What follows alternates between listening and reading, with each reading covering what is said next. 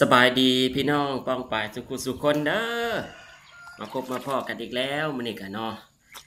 พิเศษมื้อนี้แม่นเฮามีคลิปมาฝากมาตอนเด้อพี่น้องเนาะสุขคนสำหรับกบเฮาเลี้ยงมากะถือว่าตอนนี้อายุเพิ่นก็ได้ประมาณ2 เดือนกว่าเลยเด้อพี่น้องประมาณ2 เดือน3-4 วันนี่แหละเนาะก็อันนี้แม่น เป็นโอกาสดีแล้วพี่น้องเพราะว่าเฮาเบิ่งกบกะตัวใหญ่เนาะแล้วก็เฮาจะเห็นได้ว่า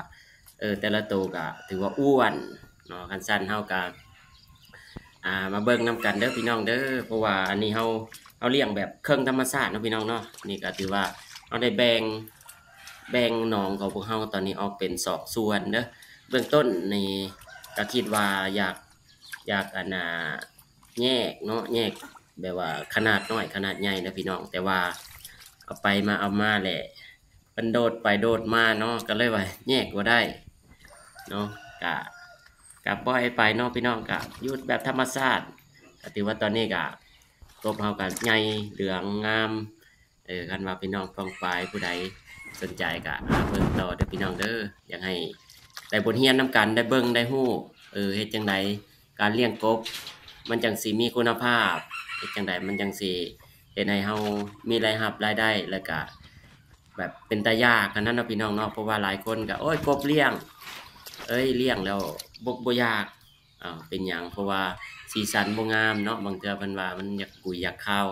แต่ว่ากบของเฮาเองนี่ถือว่ารับประกันเนาะพี่น้องเบิ่งสีสันก็เหลืองงามก็เป็นตาแซ่บเนาะพี่น้องเนาะก็บ่ว่ากันเด้อพี่น้องเด้อคันผู้ใดบ่มักก็แล้วแต่เนาะเพราะว่ามันจะมีกบแบบกบนากับกบอันนี้มันกบ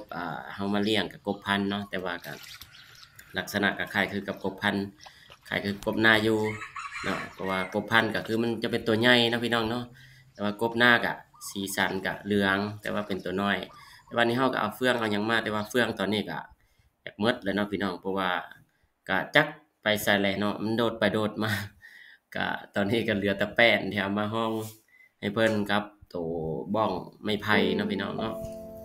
จั่งใดก็อย่าเนาะพี่น้องเบิ่งนำกันเด้อเดี๋ยวขอบอกขอบใจที่เข้ามารับชมเนาะพี่น้องทุกผู้ทุกคนที่มาให้กำลังใจและรับชมคลิปต่อไปเนาะขอบใจ